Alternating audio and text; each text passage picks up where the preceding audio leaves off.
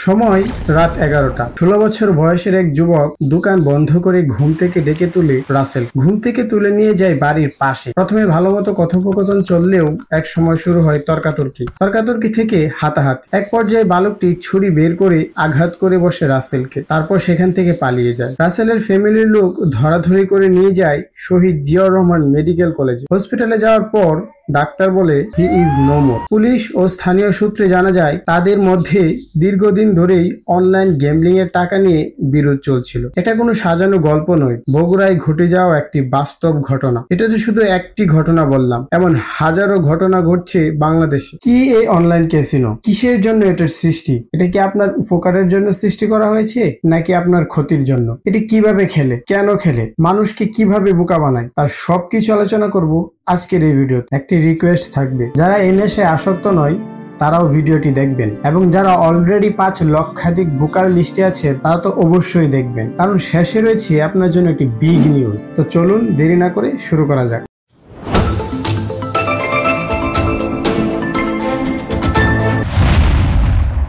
Online ক্যাসিনোর সূচনা হয় 90-এর দশকে। 1994 সালে প্রথম লাইসেন্স প্রাপ্ত অনলাইন ক্যাসিনো চালু হয়। এরপর ইন্টারনেট যখন সারা বিশ্বে ছড়িয়ে পড়ে, তখন অনলাইন ক্যাসিনোর ইন্ডাস্ট্রি শত কোটি টাকার ইন্ডাস্ট্রিতে পরিণত হয়। আজ পৃথিবীর প্রায় প্রতিটি দেশে এই অনলাইন ক্যাসিনোর ওয়েবসাইট বা অ্যাপ্লিকেশন পাওয়া যায়। অনেকগুলো দেশে এটি অবৈধ হলেও অনেকগুলো দেশে আবার এটি বৈধ। যেমন বাংলাদেশ, ভারত, পাকিস্তান, নেপাল এসব দেশে এই অনলাইন ক্যাসিনো অবৈধ। কিন্তু VPN, cryptocurrency, online payment method ব্যবহার করে অবৈধভাবেই হাজারো যুবক এই নেশায় ডুবে আছে। আইনের চোখ ফাঁকি দিয়েই এগুলো চলছে দিনের পর দিন।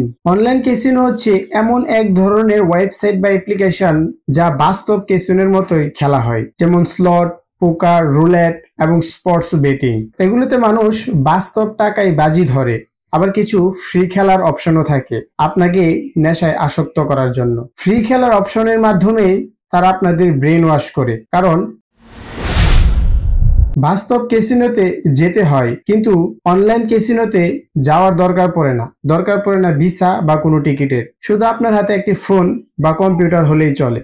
অনলাইন ক্যাসিনোর সবচেয়ে বড় শিকার হলো তরুণ প্রজন্ম, বিশেষ করে কিশোর ও যুবকরা, যারা সহজেই মোবাইল বা কম্পিউটার এসব ওয়েবসাইটে ঢুকতে পারে। বেকার বা আর্থিকভাবে দুর্বল মানুষদের জন্য এটা একেবারে ভয়ঙ্কর। ধীরে ধীরে মানসিক এবং শারীরিকভাবে ধ্বংস করে দিবে আপনাকে। একবার খেলা শুরু করলে আসক্তি এমন ভাবে বেড়ে যায় যে মানুষ টাকা ধার করে খেলে, লোন নেয়, এমনকি পরিবার ভেঙে যাওয়ার ঘটনাও ঘটে। বিশ্বের বিভিন্ন দেশে অনলাইন ক্যাসিনো আসক্তির কারণে আত্মহত্যার ঘটনাও ঘটেছে। মানুষ কেন অনলাইন ক্যাসিনো খেলে? তার সবথেকে বড় কারণ হচ্ছে দ্রুত বড়লোক হবার স্বপ্ন।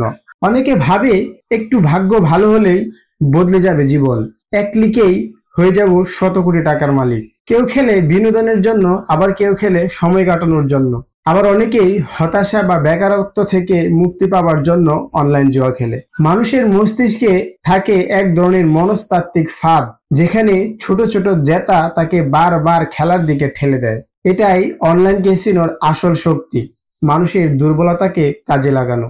অনলাইন ক্যাসিনোর সবচেয়ে ভয়ঙ্কর দিক হলো এগুলো পরিকল্পিতভাবে মানুষের মস্তিষ্ককে নিয়ন্ত্রণ করে। প্রথমে তারা ফ্রি বোনাস দেয়, যাতে খেলোয়াড় মনে করে কিছু না হারিয়েই সে লাভ করছে। এরপর ছোট ছোট জেতার মাধ্যমে খেলোয়াড়ের ভেতরে আত্মবিশ্বাস তৈরি হয়। কিন্তু বাস্তবে এই গেমগুলো এমন অ্যালগরিদমে তৈরি, যেখানে দীর্ঘমেয়াদে জেতার সম্ভাবনা প্রায় শূন্য। মস্তিষ্কে ডোপামিন নামক রাসায়নিক কাজ করে, যা এই ছোট ছোট জেতার উত্তেজনাকে বাড়িয়ে তোলে এবং বারবার এই খেলার দিকে ঠেলে দেয়। এভাবেই একজন খেলোয়াড় ধীরে ধীরে ফাঁদে পড়ে যায়। শুরুতে হয়তো সে 500 টাকা হেরেছে, পরে এর পরিমাণ বেড়ে দাঁড়ায় 5000-এ, এক পর্যায়ে 50,000-এ।